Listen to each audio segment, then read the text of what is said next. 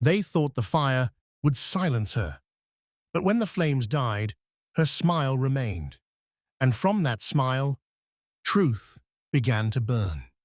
This is the legend of Amina, the woman who smiled as they set her on fire and changed the soul of a village forever. The morning began with a silence that felt too heavy to breathe.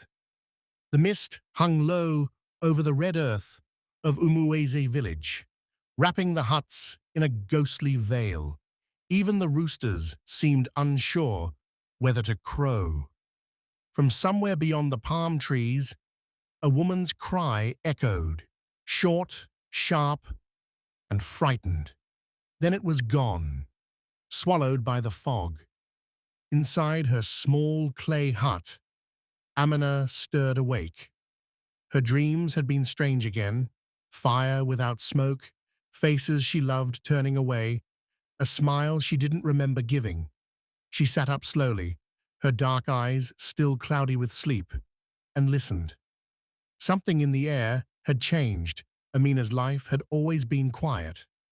She was a healer, known for her calm spirit and her hands that could cool fevers and mend burns. Children brought her flowers, elders came to her for herbs. But lately, her kindness had become her curse. 2 children had died of a strange illness the week before, and the whispers had started. Amina's herbs have grown too strong. By morning, it had turned into Amina brings death. She stepped outside and looked toward the market square.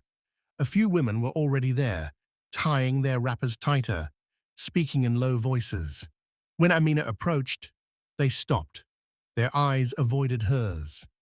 "Good morning," she said, softly. No one answered. Only Ife, her oldest friend, gave a weak smile. "Amina, maybe you should stay home today. People are not themselves." Amina tilted her head. "What are they saying now, Efe?" Efe's voice trembled. "They say the sickness came because you healed Chief Okoro's son without sacrifice. That the spirits are angry?" Amina laughed quietly. If the spirits wished for death, they would not give healing hands. But her smile did not reach her eyes. She could already see Tunda, her husband, standing near the palm grove, his face tight with worry. He had heard too. When she returned home, Tunda followed. "Amina," he said, voice low, "the elders will call a meeting today. The Reverend has spoken. He says what you do is not healing, it is witchcraft." She looked at him for a long moment. "And what do you say, my husband?" Tunda's throat tightened. He loved her more than he could ever say. But fear had begun to creep between them like a shadow. "I don't know anymore," he whispered. Outside, a sudden wind carried the sound of a drum. Slow, heavy beats, calling the villagers to the square. By midday, the entire village had gathered. Dust rose as feet shuffled in the sun. Reverend Kalu stood on a small mound, his white robe glowing like bone against the red clay. His voice rang loud, filled with fire. "There are those among us," he declared, "who smile as they curse our children, who call sickness with their touch and defy the old ways. Will we let this evil live among us?" A low murmur spread. People's eyes turned toward Amina. She stood calm, her head covered with a faded blue scarf, her hands folded before her. The crowd's noise washed over her like waves. Only when someone shouted her name, "Amina the witch," did she blink. Baba Okoro, the chief, raised his staff. "Amina, you will answer. Did you use forbidden herbs to heal my son? Did you refuse the spirits their offering?" Her voice was steady. "I used what the earth gave freely. I owe no debt to the dead." Gasps rippled through the crowd. The Reverend smiled thinly. You hear her pride. Even before the fire, she smiles. Amina met his gaze. Fire does not frighten truth. The crowd stirred. Fear became anger. Anger became something darker, the need for a scapegoat. Efe began to cry softly. Tunde stepped forward, but was held back by two men. Don't, Tunde, one hissed. You'll burn with her. The chief raised his staff once more. At sunset, the fire will decide. As the sun began to sink, the sky turned the color of blood. The village gathered again around a pile of dry wood at the edge of the river. Children clung to their mothers. Men stood silent. The drums beat slower now, like a heartbeat about to stop. Amina stood before the pyre, her wrists bound with palm rope. The smoke from the torches brushed her face, but her expression was calm. Ife called her name, begging her to speak, to deny, to plead, but Amina only smiled. Small, soft, and full of something no one could name.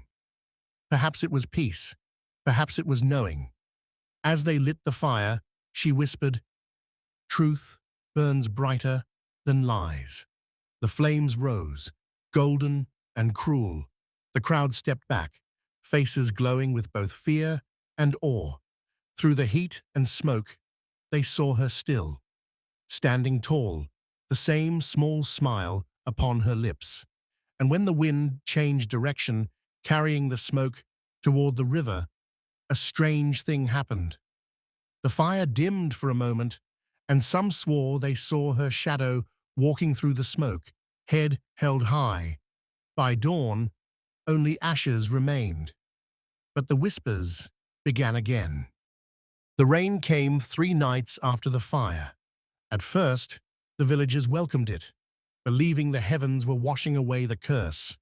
But when the downpour refused to stop, flooding the yam fields and drowning the goats, some began to whisper again.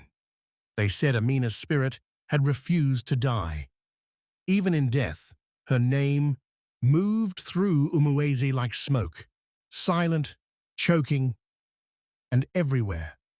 Tunda had not left his hut since that night. He sat by the cold ashes of their fire, staring into nothing.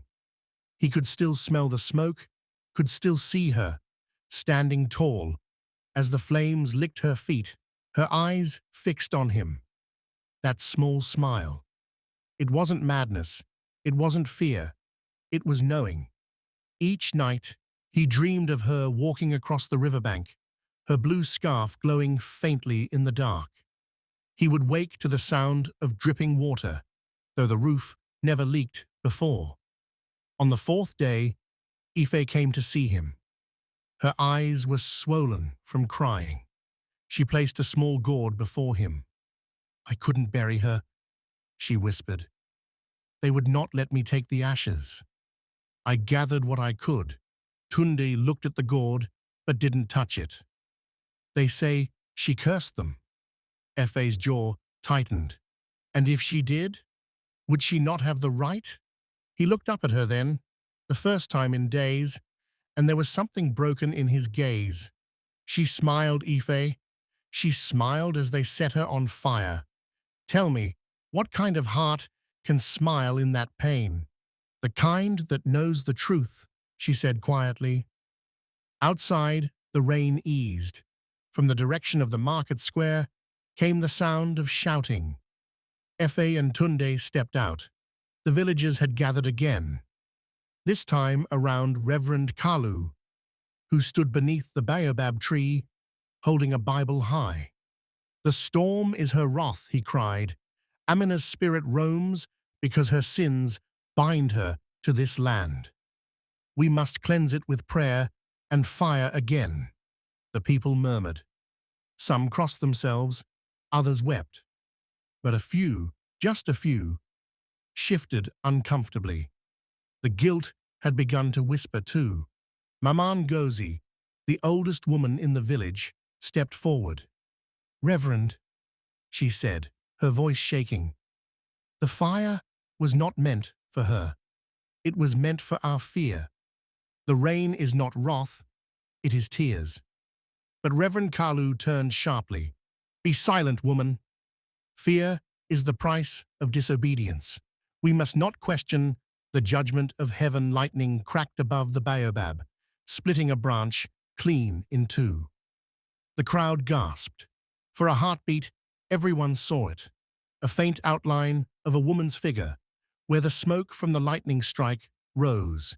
It moved gently, like wind bending reeds, and then vanished. That night, the rain stopped, but a strange stillness filled the air again. Effie could not sleep. She kept hearing soft footsteps outside her hut, the rhythm too familiar to be coincidence. When she finally dared to look, the moonlight revealed something that froze her breath. Across the wet ground, bare footprints led from the riverbank to her door. But there was no one there. She called softly, Amina? Only the crickets answered. Then, from the dark edge of the forest, a whisper floated through the wind. Truth does not drown. Effe's knees gave way. She wept, her tears mixing with the damp earth. By morning, everyone in the village had heard her story. Some said Effie was mad. Others said she had seen a ghost. But all agreed on one thing.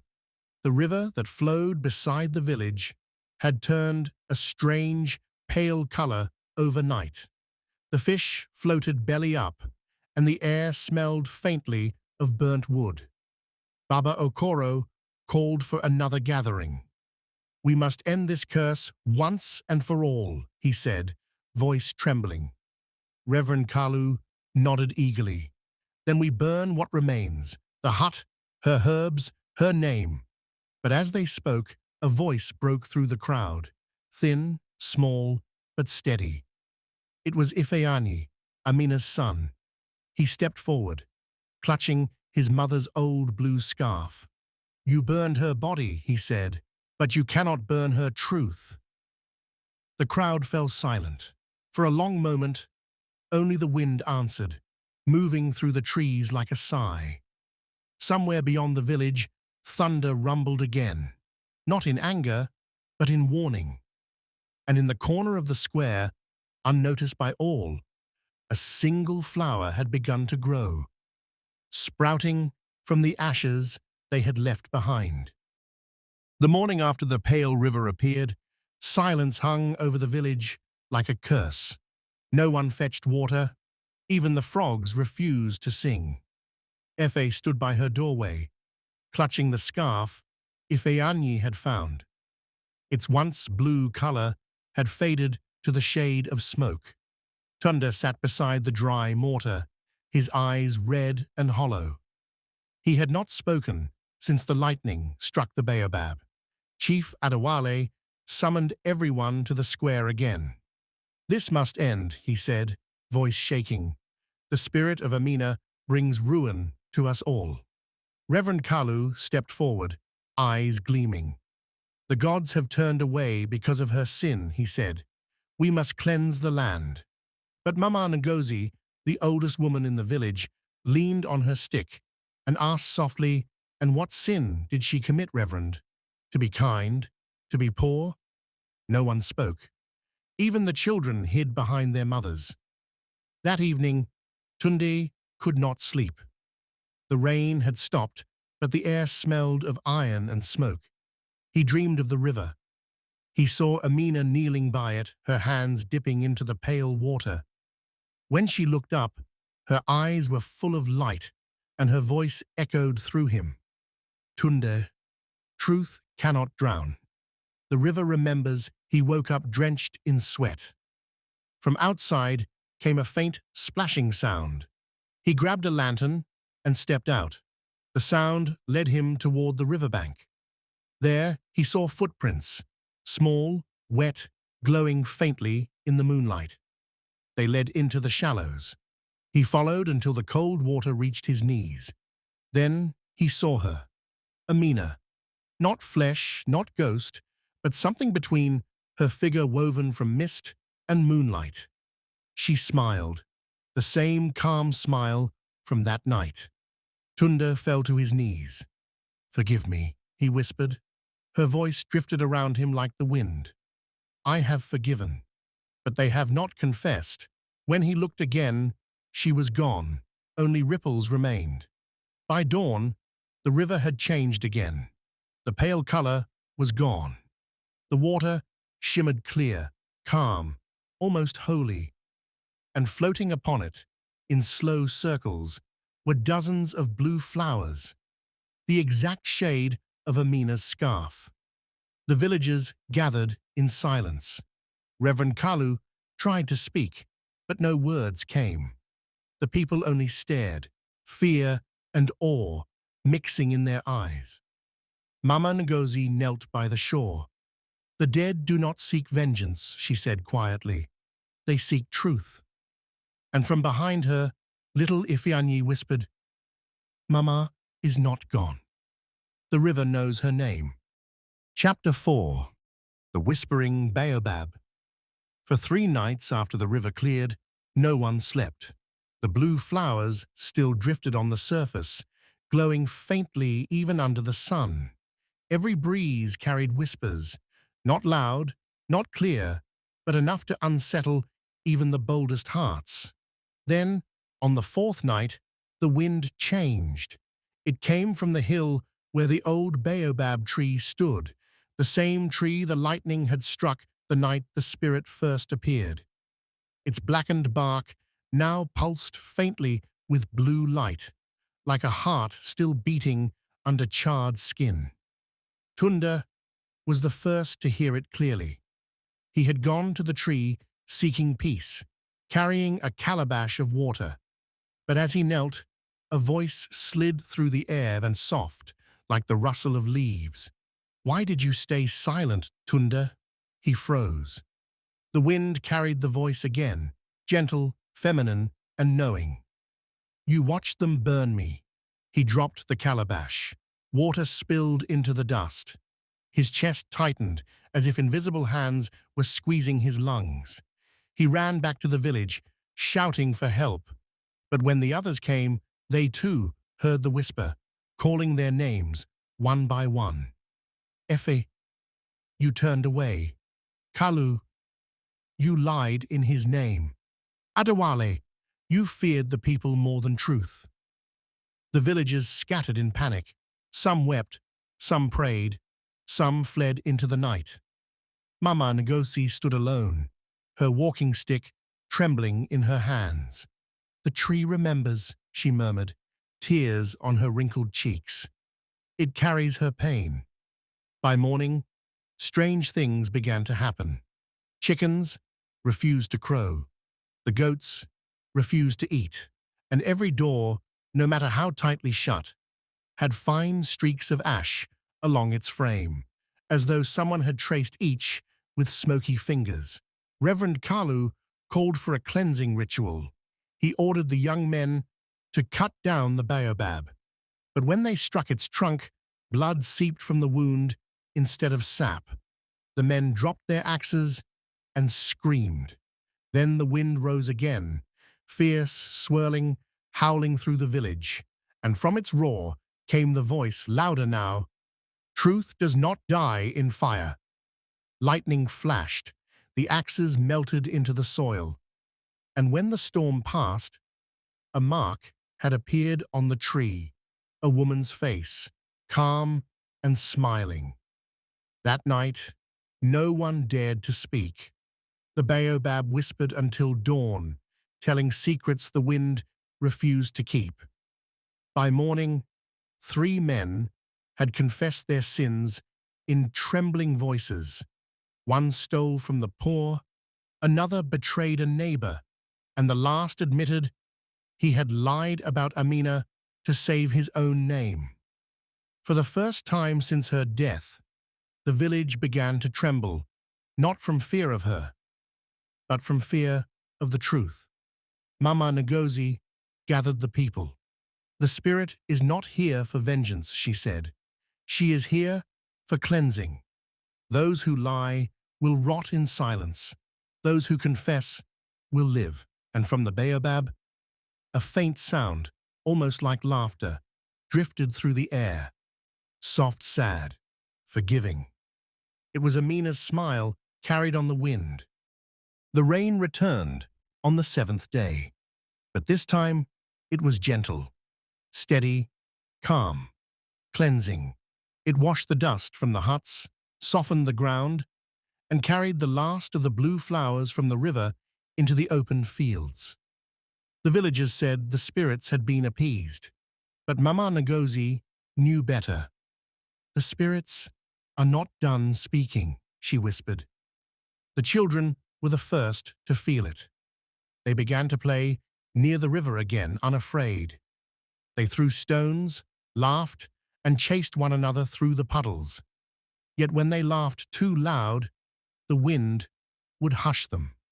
And when they grew quiet, they swore they could hear a woman singing, soft and low, from beneath the water's surface. It was a song no one recognized, yet it felt familiar.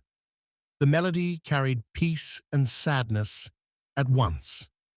Ifeanyi sat by the bank every morning, watching the water ripple. He spoke to it sometimes, as though expecting an answer. And once, he claimed he saw a reflection beside his own, a woman smiling faintly, her scarf floating in the current. When he told Efe, she grew frightened. "You must stay away from the river," she warned, but the boy shook his head. "She doesn't scare me. She loves us. She told me the rain will teach the truth." Soon, other strange things began to happen. In the evenings, the children gathered beneath the baobab to tell stories, but the stories they told were not their own. They spoke words too wise for their age, about justice, kindness, and the cost of silence. One night, a little girl named Ada stood before the adults and said calmly, "My father lied when they burned Amina." The square went silent. Her father, a hunter, turned pale. "Child, be quiet," he shouted. But Ada did not cry. She only pointed at the tree. "She told me in my dream." The baobab said, "Lies keep the sky from breathing." That night, thunder rolled though no clouds had gathered. The next morning, the hunter confessed his part in the crowd's cruelty. He left the village, walking into the rain and never returning. Soon, whispers spread, not of ghosts, but of truth. Each time a lie was told, a small streak of ash appeared on the speaker's lips. Each time a truth was spoken, the rain washed it clean. Reverend Kalu tried to stop the panic. "Do not let the devil deceive you," he shouted from the altar. But when he raised his hands to pray, ash formed in his palms, thick and grey. The crowd gasped. Mama Ngozi stepped forward. "You have preached fear," she said, her voice trembling with age and strength. "But fear cannot bury truth." The Reverend fell silent. Tears filled his eyes as he whispered, "Then let her forgive me." Outside, thunder murmured again, and through the church window, the villagers saw a blue light drift past, slow and calm, like a spirit at peace. That night, Efe dreamt of Amina standing in the rain, her scarf fluttering like a flag. Around her feet, children danced, laughing in circles, splashing water, unafraid. "They are the seeds," Amina said softly in the dream. "Let them grow in truth." Efe woke in tears. She stepped outside and saw the children gathered near the baobab, holding hands, singing the same melody from the river. The air shimmered faintly with light, and in the soil beneath the tree, small green shoots had begun to rise. By dawn, those shoots had bloomed, delicate blue flowers growing in the very spot where the lightning once struck. The villagers stood in awe. Mama Ngozi spoke first, her voice carried by the morning wind. "This is not a curse," she said. "It is a promise. The land remembers only those who speak truth." From that day, the children of the village were taught one law above all others: never fear truth, even when it burns. And each year, when the first rains came, they would dance by the river, singing Amina's song, the song the wind had carried, the song that once rose from fire. For in every drop of rain that touched their faces, they could still feel her smile. The rains had stopped, leaving the village soaked and quiet. Mist curled over the red earth like sleeping spirits. For many moons, laughter had returned. Children played again. Songs filled the air, and the blue flowers beneath the baobab tree glowed faintly every dawn, a reminder that truth had survived the fire. But one night, when the moon hung low and heavy, the drums stopped. The silence came suddenly. The heartbeat of the village gone. Old Mama Ngozi was the first to notice. Her blind eyes snapped open. "It's too still," she whispered, gripping her walking stick. "Even the crickets are holding their breath." In the chief's hut, Tunde sat awake beside the fire, his hands shaking. He had dreamt of Amina again. This time, she wasn't smiling. She stood beside a burning drum, her eyes full of warning. When he woke, the real drums had fallen quiet. Fa burst into the hut, soaked in sweat. "They're gone," she panted. "The drummers, they vanished." Tunda rose, his heart pounding. Together, they ran into the moonlit square. The great ceremonial drums stood untouched, but the skins were torn, as if ripped by claws. Around them, strange symbols had been drawn in ash. The smell of burnt wood lingered, and something else, something like fear. The villagers gathered, whispering in terror. Reverend Kalu, his robe dirt-stained from sleepless nights, stepped forward. "Do not panic," he declared, though his voice trembled. "The spirits test our faith." "This is only the shadow of the old curse." Mama Ngozi shook her head. "No," she muttered, "this is not the curse of Amina. This is the curse of forgetting." The villagers turned toward her, confused. "Forgetting?" Tunda asked. "We remember her every day." Mama Ngozi's wrinkled lips quivered. "You remember her death, but not her life?" A hush fell over the crowd. Then, far beyond the hills, a single drumbeat echoed. Deep, mournful, and alone. Fa gasped. "That's coming from the forest." No one dared move. Everyone knew the forest past the river was forbidden. That was where Amina's house once stood before it was burned. Some said her spirit still lingered there. Others said something else had taken her place. But Tunda stepped forward. "I'll go," he said. Fa caught his arm. "If you go, you may not return." He looked at her with tired eyes.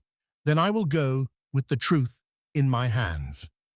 The path into the forest was narrow and wet. Fireflies drifted like fallen stars, lighting the dark. Tunda held a torch and whispered Amina's name under his breath, as if it might protect him. Each step echoed with the faint rhythm of a drum, not of skin and wood, but of heartbeats, deep and human. He reached the clearing. The remains of Amina's hut still stood, charred wood, silent and cold. Yet in the center, on the ground of ash, sat the last drummer, his eyes wide open and unblinking. His hands were black with soot, frozen in mid-beat. Tunde dropped to his knees. "What happened to you?" A soft wind answered. And in that wind, a voice, faint but clear, whispered, "Truth forgotten is fire reborn." The torch flickered violently. Amina's shadow appeared against the trees, her figure faint and trembling like candle smoke. Her lips moved without sound, but Tunda understood. She pointed toward the village and vanished. He ran back, his torch dying in the wind. The drums began again, not from the forest, but from the earth itself, a pounding echoing beneath their feet. The villagers screamed as cracks formed in the ground around the square. Efe rushed to Tunde's side. "What did you see?" "She's warning us," he gasped. "We've started to lie again." Mama Ngozi lifted her face to the sky. "What lie?" Tunde looked toward Reverend Kalu, whose robe glowed faintly in the moonlight. That the fire was her punishment. It wasn't. It was ours. The Reverend's eyes widened. He stumbled backward, clutching his chest. You don't know what you say." But the villagers were watching him now, fear in their eyes turning to realization. They had built their peace on a half-truth, saying Amina was blessed, yet never admitting their cruelty. The earth rumbled once more. The drums went silent again. This time, no one dared breathe. Then, from the ashes beneath the baobab, a single blue flame rose, small, pure, and calm. Its light touched every face in the square. The storm clouds drifted apart, revealing a pale dawn.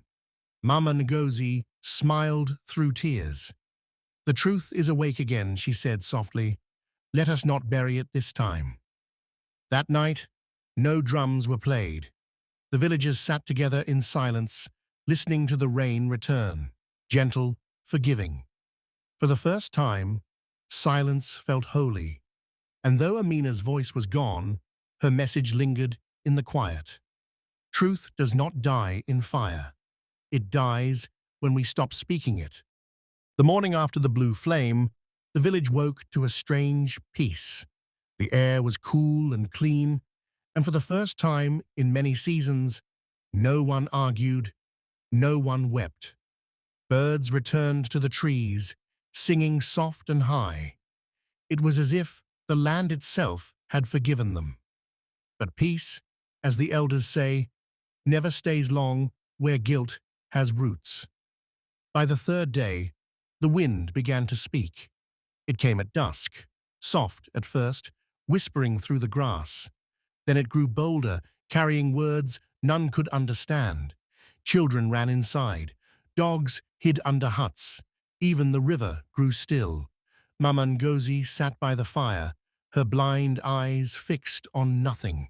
"The wind remembers," she murmured. Tunde frowned. "What does it remember?" "The truth," she said, "and those who try to twist it." That night, as the villagers huddled together, a stranger arrived. He came from the west, wrapped in a dark green cloak, his face shadowed by a wide hat. The wind followed him like a loyal spirit, circling his feet and stirring the dust. When he lifted his head, the firelight revealed eyes pale as rainwater, eyes that seemed to see everything. "I come in peace," he said, his voice deep and slow. "I heard the cries of your drums. I followed the wind to this place." Reverend Kalu narrowed his eyes. "Who are you?" "They call me Okoro, son of the Harmattan," the stranger said. "I speak for those who have no mouths." The villagers murmured uneasily. Tunde stepped forward. "What do you want with us?" Okoro's lips curved into a faint smile. "Not what I want. What the wind wants. It carries a name, one you have burned but not buried." The fire flickered blue. Everyone went silent. "Amina," whispered Efe. Okoro nodded slowly. "Yes, she speaks still, and she is not at rest." Mama Ngozi's voice trembled. "We honored her. We built peace in her name." Okoro's expression darkened. "You built peace, yes, but not truth. You praised her smile and forgot her tears. You call her spirit holy, but you never cleansed your own hands. The crowd shifted uneasily. Some muttered prayers. Others turned their faces away. Efe clenched her fists. If you speak for her, tell us what she wants. Okoro looked up, and the wind rose behind him, lifting dust into spirals. She wants what every soul wants, to be remembered rightly. That night, he stayed in the old hut by the river, the same place where Amina once drew water. The wind never stopped moving around the hut, as if guarding him. Tunde could not sleep. He went there at midnight, guided by torchlight. He found Okoro sitting cross-legged in the dark, whispering into the air. "What are you saying?" Tunde asked. Okoro's voice was soft. "I ask the wind what it remembers of your people. And what does it say? That you once killed truth and called it justice." Tunde's heart sank. "We've changed. We're trying." The stranger looked up. "Then prove it." He stood, towering over the flickering flame. "Tomorrow, when the sun rises, gather the village. Tell your truth, every one of you. Speak it into the wind. If you lie, it will know, and if you stay silent, it will remember your silence." Then he walked into the night. At dawn, the villagers gathered under the baobab. The air was heavy and still. The blue flowers around its roots trembled as if expecting rain. Okoro stood before them, arms spread wide. "Today," he said, "the wind listens." One by one, people came forward. A mother confessed she had once stolen food during the famine. A boy admitted to breaking his brother's drum. A hunter said he had lied about Amina, claiming she cursed his traps when it was he who killed a sacred bird. Each confession stirred the air, and the wind grew stronger, swirling above them like a living thing. Then Reverend Kalu stepped forward. His robe was clean again, his hands trembling. "I lied," he said. "I told them she brought the fire upon herself when it was my fear that lit it. I saw her healing the sick, and I called it witchcraft. I saw her forgive, and I called it pride. I feared her light tears streamed down his face. The wind howled once, then stilled. In that silence, they heard it, a soft humming, like a lullaby carried through the trees. The same song Amina used to sing to the children. The sky shifted. A cool breeze swept through the village, touching each face like a hand of peace. The baobab's leaves shimmered silver. Okoro smiled faintly. Now she rests. He turned to leave. Tunde called after him. "Who are you really?" Okoro paused, his cloak rippling in the wind. "A voice," he said. "Nothing more. When the truth sleeps again, I will return." Then he stepped into the dust, and the wind swallowed him. That evening, the drums began again. Slow, steady, pure. Not for fear, not for war, but for remembrance. Mama Ngozi whispered to the fire, "Truth walks in many shapes. Sometimes it wears a smile. Sometimes it wears the wind." And somewhere beyond the forest a soft voice laughed, not in sorrow, but in peace. It began on a quiet evening. The sky was red, not with sunset, but with warning. Clouds glowed like embers above the village, and the air smelled of smoke before any fire had touched the earth. Children pointed at the horizon, where a strange orange light flickered beyond the hills. "Another village burns," whispered Efe, her voice trembling. "But the wind, it's blowing toward us." Tunde stood at the gate of the village, eyes fixed on the darkening sky.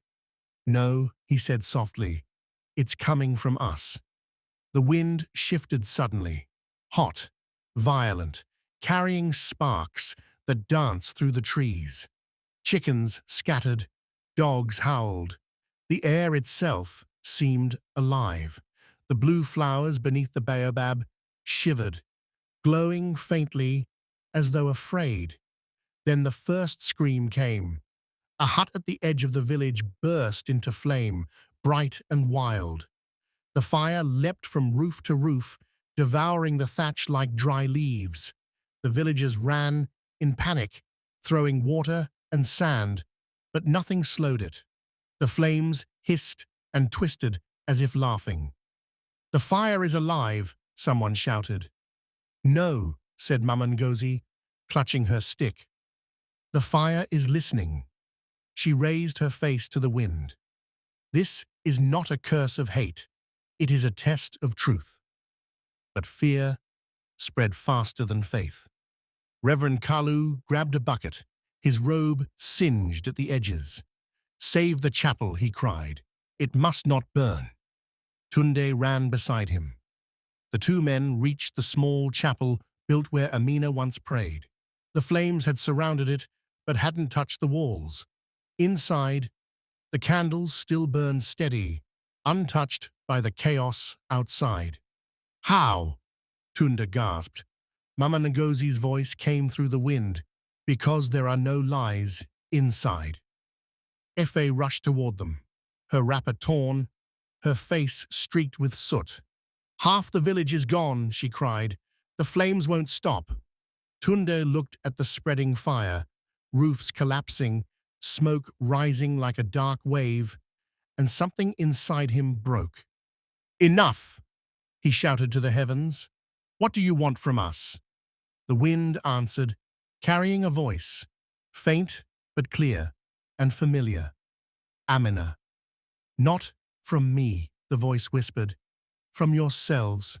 Then the ground shook. The flames surged toward the baobab tree, the heart of the village. Every villager dropped to their knees, watching helplessly as the fire licked at its great roots. Tunda stood and stepped forward. "It won't stop unless we do," he said. He turned to the crowd. "Every lie still hidden is feeding it. Every secret we keep is oil for the flame silence. Only the crackle of fire." Then a voice rose, small, shaking. It was a young boy. "I said my brother fell into the river, but I pushed him," he sobbed. "I was jealous." The flames paused. Another woman cried out, "I told my husband the goats died of sickness. I sold them for money." The fire drew back slightly, its roar dimming. One by one, the villagers shouted their truths into the air, old lies, buried guilt, hidden pain. With each confession, the wind grew softer, the flames weaker. The night became filled with voices, trembling, crying, shouting, but all honest.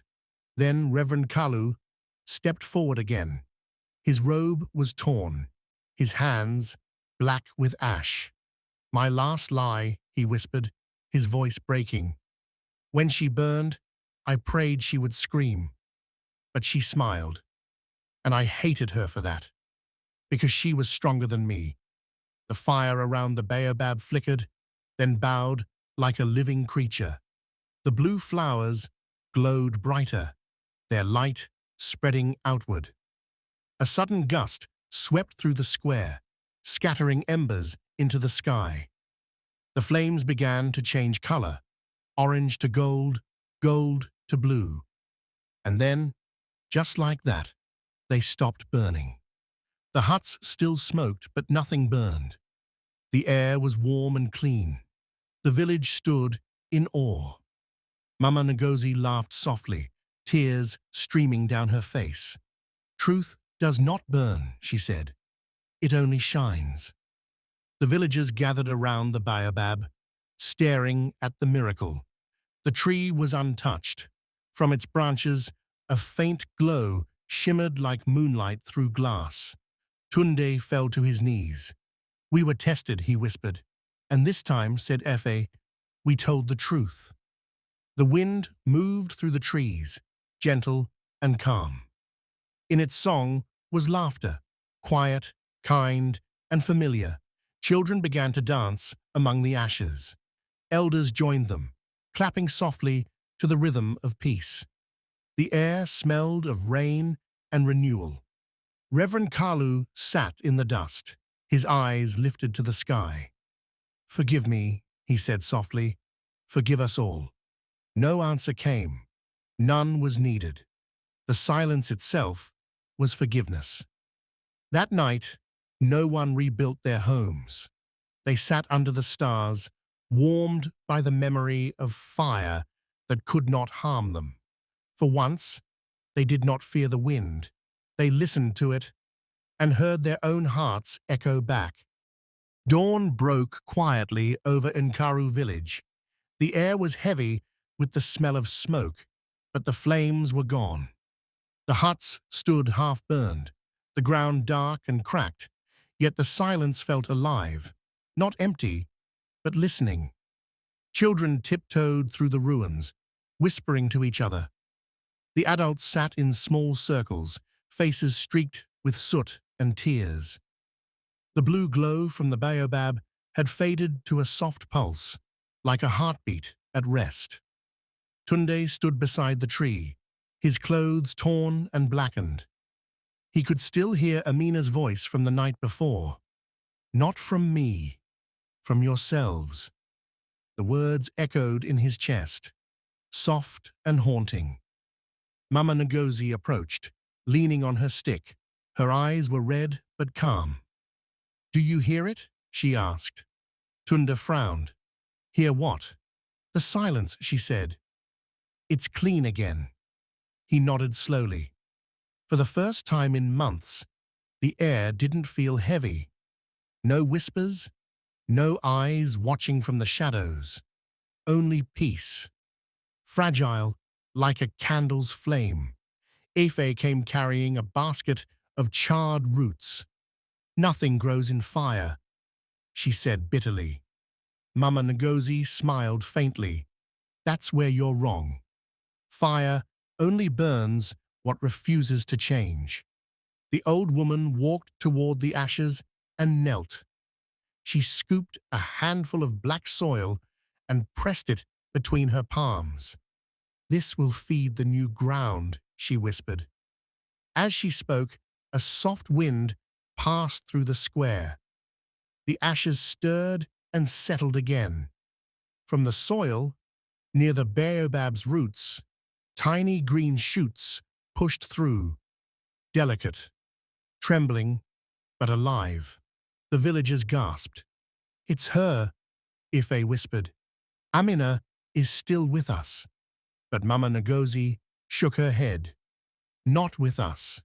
Within us, Tunde stared at the sprouting green and felt a strange warmth rise inside. He had been living with guilt for so long that forgiveness felt foreign, almost frightening. He whispered to the tree, If you can still see us, Amina, I swear, we'll be better. A soft rustle answered, though the wind was still. As days passed, the villagers began to rebuild. Not as before, not with the same pride or walls that hid their hearts, but together.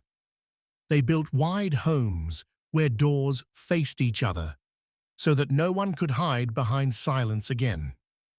Every morning, children carried water to the baobab, laughing as they sprinkled the roots. Every evening, they left a bowl of food beneath it, not in fear, but in thanks. Reverend Kalu, once the proud voice of judgment, now worked beside them. He carried wood, mixed mud, washed the soot from his hands. He no longer preached, he listened.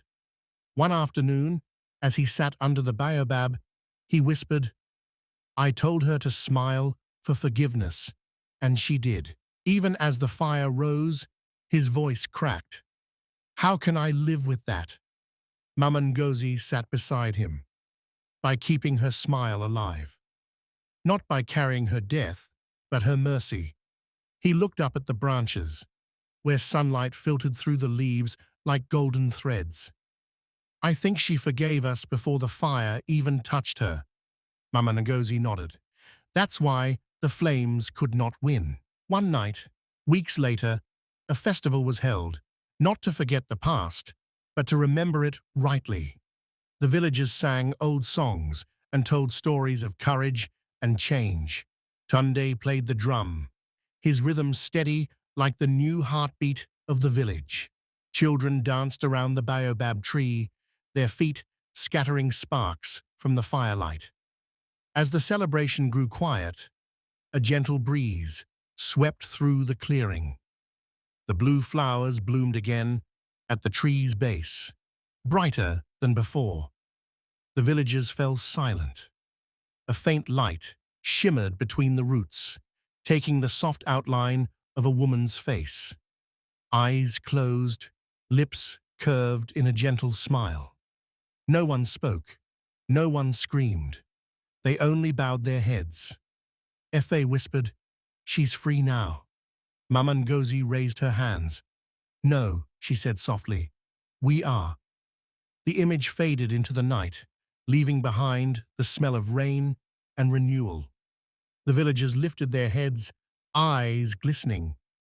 Tunda felt tears slide down his face, but he smiled too, not out of sorrow, out of release. She smiled as they set her on fire, he murmured. But it was not pain she carried, it was faith. And as if the earth itself agreed, thunder rumbled gently in the distance. Not fierce, not angry, but like laughter hidden behind clouds. When morning came, the ashes were gone. In their place, flowers covered the ground, white and blue, their petals cool and soft under the rising sun. The village of Nkaru had burned, but from its smoke grew something pure, truth, born of flame. And beneath the baobab, if you listened closely, the wind still carried her whisper. Fire ends. Truth. It had been 3 moons since the night of blue fire. The village of Nkaru breathed again. New huts stood taller than the old ones.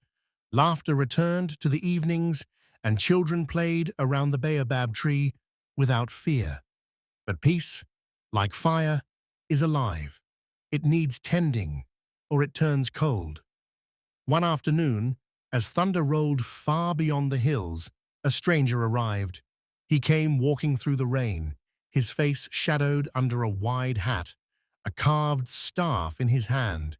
His clothes were travel-worn, yet his eyes were sharp, too sharp for comfort. The villagers watched as he crossed the muddy path and stopped beneath the baobab. He looked at the faint blue markings on its trunk and smiled. "You've built this place on ashes," he said. "That takes courage." Tunde stepped forward cautiously. "And who are you, traveler?" The man lowered his hood. His skin was pale for the region, his accent strange. "My name is Jonah," he said. "I'm a scholar of stories. I have come to learn the truth about the woman who smiled in the fire." A hush fell. Mama Ngozi, who had been sitting near the roots of the tree, raised her eyes. "Some truths are not told," she said softly. "They're remembered." Jonah's smile was thin. "Then let me remember it too." He spent days walking through the village, asking questions. To some, he was polite and curious. To others, his gaze felt like a blade, cutting, testing. He asked Tunda why the fire spared him. He asked Ife what she saw that night. He even asked the children if they had ever heard the wind whisper. At first, the villagers answered with patience, but soon the peace they had rebuilt began to tremble. Rumors spread like embers.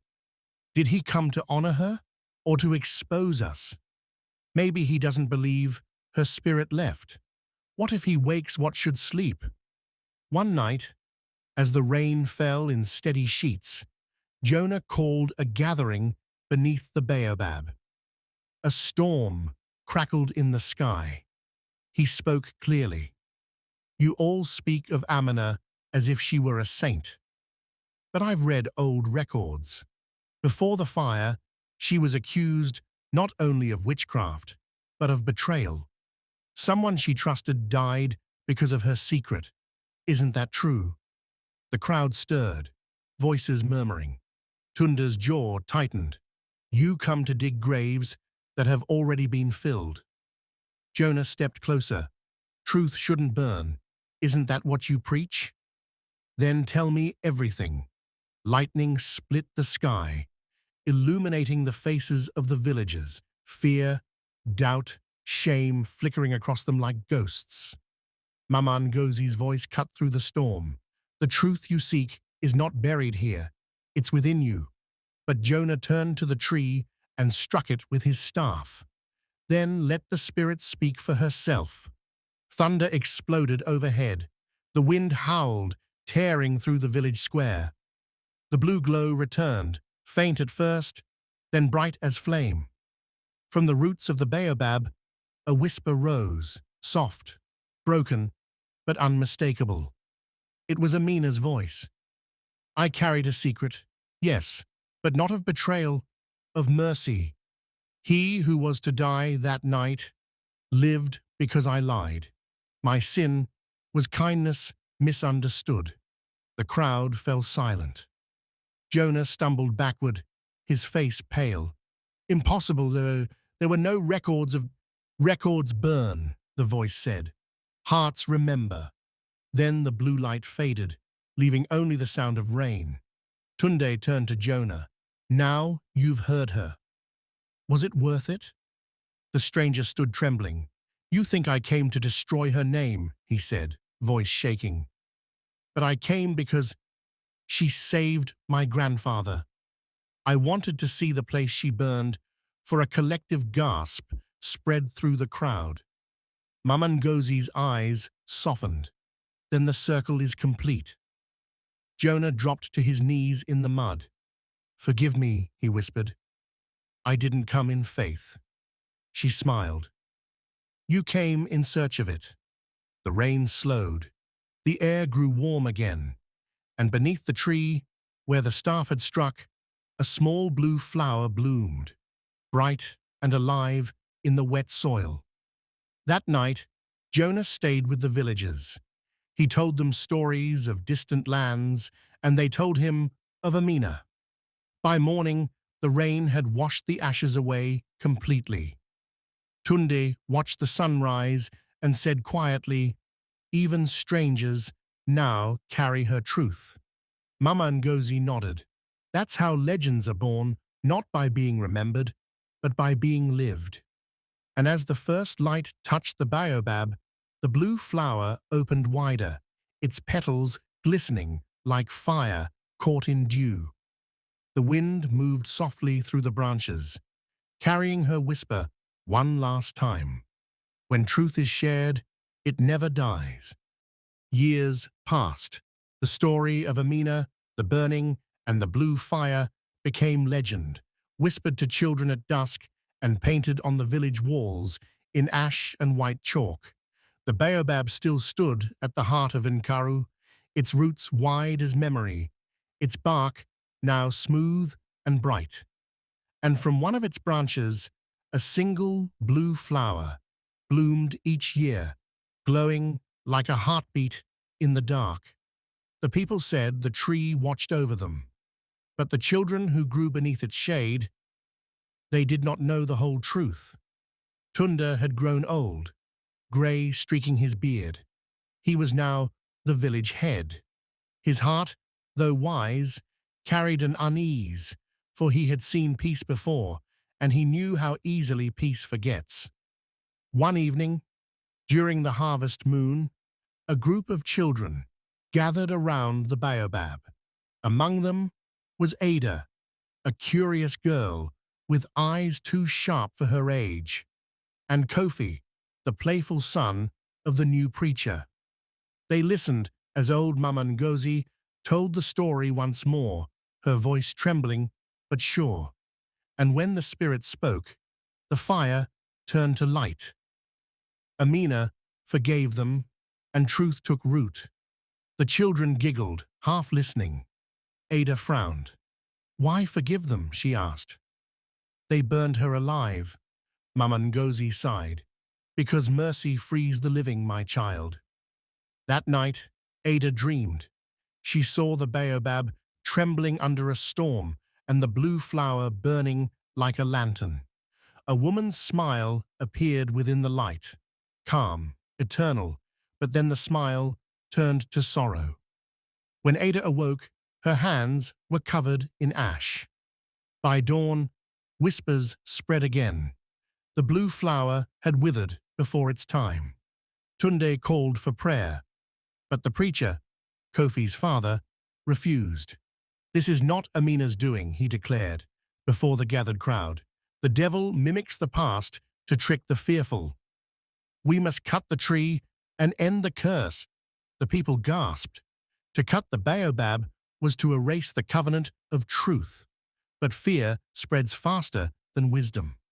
By nightfall, a group of young men stood at the base of the tree with axes, Kofi among them, trembling but determined. Ada ran to stop them. "Don't," she cried. "The tree remembers. It protects us." Kofi hesitated. "It's just wood and stories." Before the first swing, thunder split the sky. The ground shook. The baobab's roots began to glow, faintly, then brighter, until the entire tree shimmered blue. And from the light, a voice, soft as wind, yet sharp as pain, filled the air. "When the children forget, the truth begins again." The axes froze mid-air. Kofi dropped his, eyes wide. Then a shape emerged from the base of the tree, a small, glowing figure of a woman, her form flickering like mist. Ada stepped forward, trembling. "Who are you?" she whispered. "A reminder," the spirit said. "Truth is not kept by stories. It is kept by hearts." The wind howled, sweeping dust and petals into the air. The villagers gathered, faces pale, eyes wide. Mama Ngozi fell to her knees. "Amina," the spirit smiled faintly. "I am all who burned for what was right." Then, as quickly as she appeared, the light folded inward into Ada's chest. She gasped, stumbling, her eyes flashing with blue light before dimming. When she looked up, her voice was her own, but older somehow, steady, knowing. "The story lives in me now." Silence fell. The rain began to pour, heavy, cleansing rain that soaked the earth and washed the ash from every doorstep. Kofi knelt beside her, trembling. "Ada, what happened?" She looked toward the baobab. "The truth doesn't die. It waits for those brave enough to carry it." The next morning, the sun rose over a village reborn yet again. The blue flower bloomed anew, brighter than before. And beneath it, Ada sat quietly, carving into the bark with a small knife, a single phrase: "Let no lie grow taller than truth." Tunde watched her from afar, a tear slipping down his cheek. He whispered. She smiled as they set her on fire. And still she smiles. The legend of Amina had lived through the ashes, through the storms, through the blood and mercy of generations. Now, it lived through the children of ash and rain, who would one day face their own fire and decide once again if truth was worth the burn. Morning came slowly that day, as if the sun itself hesitated to rise. The village was quiet. The air smelled of wet earth and wood smoke. The rain had stopped, but the world still felt washed and waiting. Ada sat beneath the baobab tree, tracing the carved words with her fingers. Let no lie grow taller than truth. Her body still felt strange, lighter, yet burdened. Since that night, she had begun to see things others couldn't. Faint blue shapes moving in the corners of her vision. Whispers that came with the wind. They did not frighten her. They felt like memories. Tunde approached slowly, leaning on his staff. His voice cracked when he spoke. Ada, he said, I've seen what you saw, long ago. When I was young, I believed truth could burn. But Amina showed us that it can also heal. Ada looked up at him, her eyes shimmering faintly blue. She didn't leave Tunde. She became the wind, the light, the voice inside us that asks what kind of people we wish to be behind them. The village stirred awake, smoke rising from kitchen fires, goats bleating softly, laughter returning in small bursts. The ordinary beauty of life had begun again. But on that morning, far beyond Nkaru, a caravan of traders arrived from the north. They brought stories of drought, of greed, of a world where lies had become law. One of them, a weary woman with cracked hands, looked upon the baobab and fell to her knees. This tree, she whispered, it was in my dream. It called me by name. Her name was Sefu, and as she spoke, the blue flower on the tree glowed once more. The villagers gathered in awe. Ada stepped forward, guided by something ancient. Tell us, she said softly. Sefu's voice trembled. My village is dying. The river turned to dust. I prayed for truth, for mercy.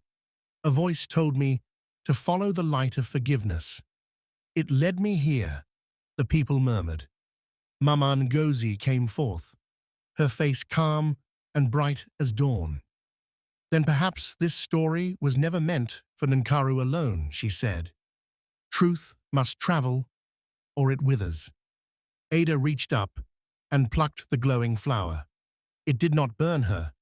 Instead, it pulsed gently in her palm like a heartbeat. She handed it to Sefu. Take it, Ada said. Where there is fear, plant truth. It will bloom again. As Sefu held the flower, the wind rose. Leaves swirled around them. And for a brief, blinding moment, the figure of Amina appeared in the air, radiant, smiling, her eyes full of the peace that once eluded her. Do not fear the fire, her voice said. It only burns what is false. The villagers bowed their heads. The light dimmed, and Amina faded like the final ember of a dying flame. But the warmth remained. That night, Ada dreamt once more. She stood in a field of endless stars, with rivers of blue light flowing beneath her feet. Amina walked beside her, no longer ghostly, but whole. Will it ever end? Ada asked. Truth has no end, Amina replied. It passes from one heart to another, like fire, like breath, like song. When Ada awoke, she felt no fear, no confusion, only purpose. The next morning, she set out with Sefu toward the northern lands. As they walked away, the baobab behind them shimmered in the dawn. The blue flower was gone, but its light still danced along the bark, forming the faint outline of a smiling woman. Tunde watched them disappear beyond the hill and whispered, she smiled as they set her on fire, and the world began to see. And from the horizon, where earth met sky, a soft wind carried Amina's laughter, quiet, eternal, and free. The people of Nkaru would tell her story for generations, not as a warning, but as a promise that even in the darkest flame, truth will always find its voice, and that a smile born of courage and forgiveness, can outlive fire itself. They thought the fire would silence her, but the wind carried her name farther than they ever imagined. Every storm that passes through this village still whispers her laughter, not out of pain, but out of peace. She forgave them before the flames even touched her skin. Maybe the question isn't why she smiled, but whether we would have done the same. If you stood there that night, would you have saved her or turned away like the rest? Be honest. What would you have done? Comment below. If you enjoyed the story, give us a thumbs up, share it with your friends, and hit the subscribe button. Don't forget to subscribe and turn on the notification button so you never miss out on our latest intriguing stories. Thanks for watching.